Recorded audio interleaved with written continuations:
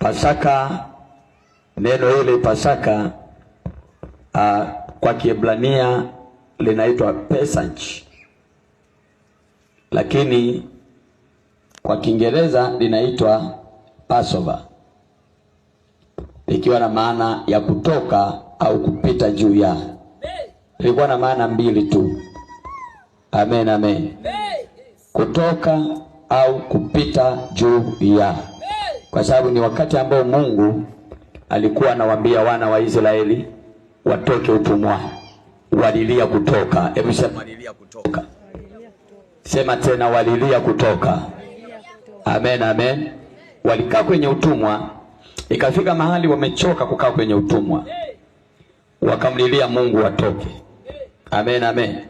Wamekaa kwenye utumwa, ikafika mahali wanamlilia Mungu ili watoke kwenye utumwa, na Mungu akamtumia Musa ili kuwatoa kwenye utumwa.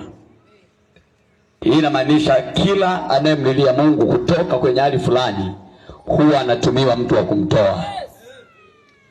Uko kwenye ugonjwa, unalia kutoka kwenye hali hiyo, Mungu atakutoa. Ili madamu Mungu ajue unahitaji kutoka. Amen, amen. Unahitaji nini? Kutoka. Lazima Mungu asikie ni nini unataka.